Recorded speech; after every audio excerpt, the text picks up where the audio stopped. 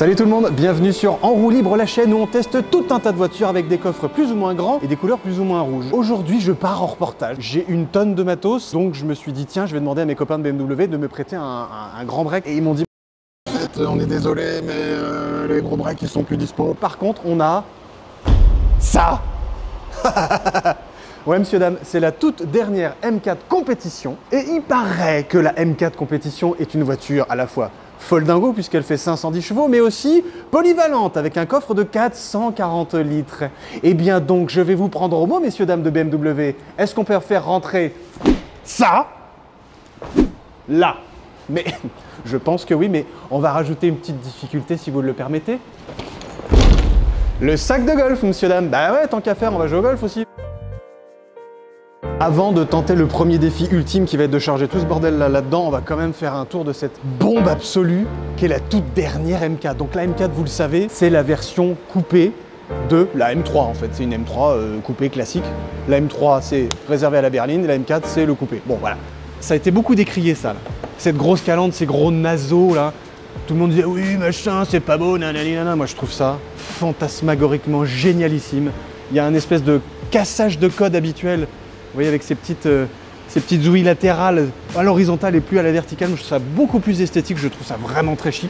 Il y a toujours ces petits découpages un peu énervurés, un peu énervés du côté M, puisqu'on est chez Motorsports quand même, on a quand même 510 chevaux là-dessous, messieurs, dames. Et oui, qu'on a évidemment un petit pack carbone qui va bien, des petits projecteurs laser, vous voyez, les petits projecteurs bleus qui vont bien. On a ces jantes magnifiques en 19 pouces à l'avant et en 20 pouces à l'arrière, messieurs, dames. Et on a surtout, ce qui fait à mon sens, c'est débile, hein, mais pour moi c'est l'absolu sel d'un modèle M, c'est ça, et surtout de la M3. Le rétro à deux branches, une seule branche solidaire de la carrosserie et l'autre qui ne l'est pas. Et donc on se retrouve avec un gigantesque coupé qui fait 4,79 m de long, monsieur, dame, 1,88 m de large pour 1,39 m de haut, et qui fait quand même, mine de rien, 1,8 tonne à vide. C'est carrément 600 kg de plus que la première version des M3, la fameuse E30. Et c'est surtout à l'arrière qu'on voit que c'est une Motorsport, monsieur, dame. Regardez bien. Ça 4 sorties d'échappement qui doivent faire à peu près 10 cm de diamètre. Autant te dire que quand on va démarrer, je pense qu'on va nous entendre jusqu'à Nice, à peu près. Et puis, évidemment, tout un petit attirail un petit peu énervé de bavettes, de béquets, de petits ailerons. Là, on n'a pas le pack carbone sur ce modèle-là, on a un pack black qui est de bonne aloi et qui va toujours faire le job, hein, quand même. On a quelque chose quand même d'assez racé, d'assez effilé, ça c'est les feux classiques de la série 4. Pas grand-chose de nouveau à ce niveau-là. Bon, quand même, la voiture est un peu plus large, un peu plus assise, un peu plus musclée et un peu plus folle, évidemment. Dernière petite option, et pas des moindres, qui nous permet de gagner quand même un peu de poids et de rigidifier cette petite voiture. Le toit en fibre de carbone qui nous permet de gagner quelques kilos, et ça c'est pas rien. Et on en gagne où du poids? Aussi par là, à l'intérieur, avec une option à 3 850 €, messieurs, dames. Ces sièges là, pourquoi est-ce qu'ils sont si incroyables? Bah déjà parce qu'ils sont beaux, et surtout parce qu'ils sont en carbone. Et ça nous permet de gagner, mine de rien, 10 kilos sur la bête. Et puis au-delà du poids, il faut quand même avouer qu'ils ont une sacrée gueule et qu'ils offrent un maintien délirant. Vous commencez à me connaître, moi avant de prendre la route et avant de démarrer n'importe quelle voiture que je teste, j'ai besoin de savoir ce qu'il y a sous le capot. Donc, qu'est-ce qu'on fait? On ouvre le capot. Waouh!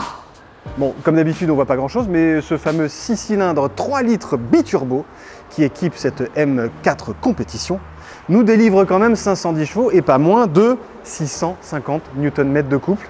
Autant vous dire qu'avec ça, on va arracher un peu le bitume, quoi. Ah, par contre, c'est quoi ça, les gars? Comment ça, vous m'avez enlevé les barres anti-rapprochement en carbone? Non mais c'est scandale! Oh! Comment vous voulez que je sois efficace sur la route, moi, avec un truc comme ça? Pas étonnant qu'on ait qu'une vitesse max de plafonnée à 250 km/h. Normal. Mais heureusement, avec le pack M Expérience, tu peux débrider ta bête et atteindre 290 à l'heure. Bon, maintenant qu'on a fait le tour de la bête, qu'on a vu ses entrailles, nous allons donc essayer le premier défi, qui est donc le défi de charger tout mon bordel dans ce coffre-là. Donc, on ouvre le petit haillon qui est électrique et on découvre un coffre quand même de 440 litres, donc on peut presque rentrer dedans. Mais l'inconvénient, c'est que moi, il faut que je rentre tout ce bordel-là là-dedans. Et heureusement, grâce à la polyvalence extrême et grâce à deux petites tirettes qui sont ici, messieurs, dames, les banquettes se rabattent et on peut avoir un coffre de break dans notre M4 compétition, donc on va pouvoir emmener tous nos bagages à bloc. En voiture, Simone.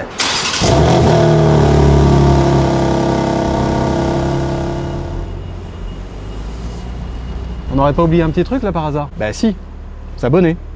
Activer la cloche des notifications et laisser un petit pouce en haut ou un petit pouce en bas et même peut-être même un commentaire. Tant que c'est pas fait, comme d'hab, je bouge pas. Ça y est, c'est bon, on peut y aller? Allez, c'est parti. Nous voici à l'aube d'un deuxième défi avec cette automobile-là. Un péage se profile à l'horizon.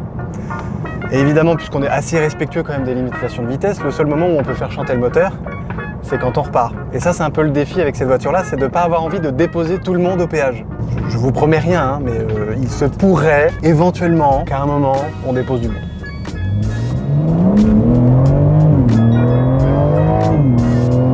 Ouais, c'est ça le problème. C'est que là, on est déjà à 130. Et qu'on a déposé tout le monde. C'est un vrai problème. C'est un véritable problème. Poussez-vous! J'arrive. C'est ça le vrai gros défi en fait avec cette M4 compétition, comme dans n'importe quel BMW siglé M avec le moteur qui va avec, c'est que bah, tu fais un peu caca dans ton froc pour ton permis de conduire. Hein. Dès que tu passes la seconde, bah, c'est cool hein, dans les oreilles, t'as des sensations de dingue, tu te régales. Hein. Mais la maréchaussée aussi t'attend et se régale en se frottant les mains en disant chic chic chic. Lui on va le choper, on va lui foutre les pinces et bye bye les amis quoi. C'est un vrai gros défi ça, garder son permis. Est-ce qu'on va y arriver au bout de 3 jours? Nous voilà déjà à une deuxième barrière de péage. Est-ce qu'on a encore envie de déposer des gens? Non.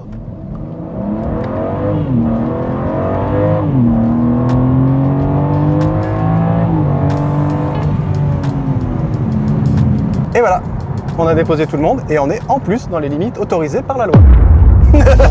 Il y a un autre défi de taille qui nous attend dans ces 3 jours de test avec la M4 compétition, ça va être de faire 3 pleins maximum, sachant qu'on fait un aller-retour Paris-Bordeaux entre temps et que bah voilà, on va peut-être lui mettre un peu dans la gueule. Là, on est sur autoroute depuis à peu près 300 bornes, 250 km.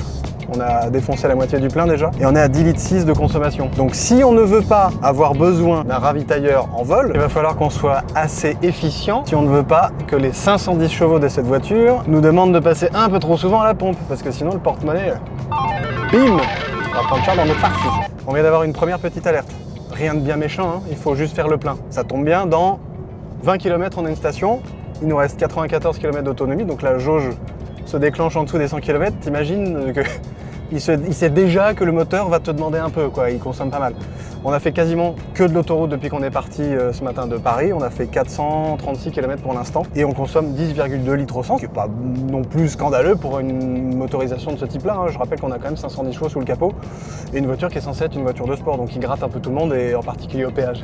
Et vu qu'on a quand même roulé dans des limites tout à fait autorisées par la loi, non mais pour de vrai, hein, rigole pas, j'ai pas roulé à 300, j'ai roulé à 130. Yeah baby.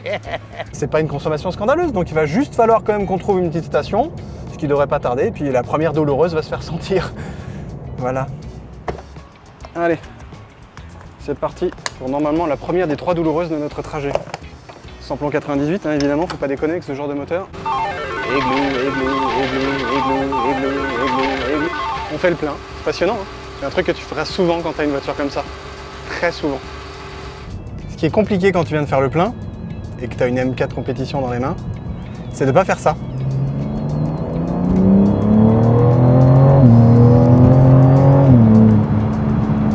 Voilà, tu es déjà à la limite et tu es à peine en combien? En 6e. C'est très très dur de rester sage avec ça. Très très dur.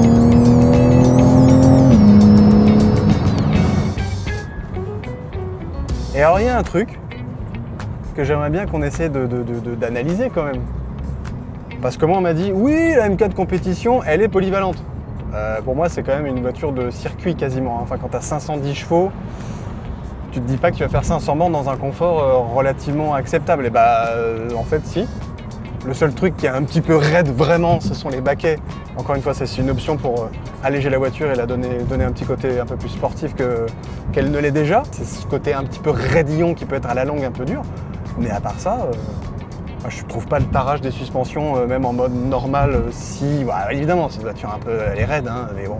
On peut faire des bornes sans se ruiner le dos et sans se dire que ce serait bien qu'on arrive vite parce qu'au bout d'un moment, la nuque a mal, les côtes sont un petit peu compressées dans les baquets. Non, ça va. Je pense que si tu es un peu plus large que moi dans les baquets, là, tu peux commencer à te dire que tu es un peu engoncé parce qu'ils sont un peu raides quand même. Mais sinon, si tu es à peu près dans un gabarit, dans un fort beau gabarit, hein, franchement, ça passe. Tout petit bémol aussi, le modèle d'essai qu'on a là, que nous a prêté BMW France, merci les gars, c'est trop cool de nous prêter des folies comme ça. Il n'y avait pas de régulateur adaptatif. Et objectivement, sur un trajet relativement long, c'est pas gênant parce que bon voilà, on s'y fait, hein, je veux dire un régulateur ça va. Mais un régulateur adaptatif, quand tu y as goûté un peu avant sur d'autres modèles, tu te dis que là ça manquait un petit peu. Mais bon, ça c'est mon petit côté un peu pinailleur. Sinon franchement ça va, hein, ça le fait. C'est juste qu'on a envie de lui rentrer dans la gueule tout le temps quoi. Et que quand c'est limité à 130, c'est un peu compliqué de les garder tout le temps. Donc le défi de garder son permis sur autoroute, ça va, mais vaut pas trop non plus que quelqu'un nous énerve derrière, tu vois. Qu'un mec arrive avec le clignotant, les appels de phare et tout le tralala, parce que là, c'est pas bon du tout.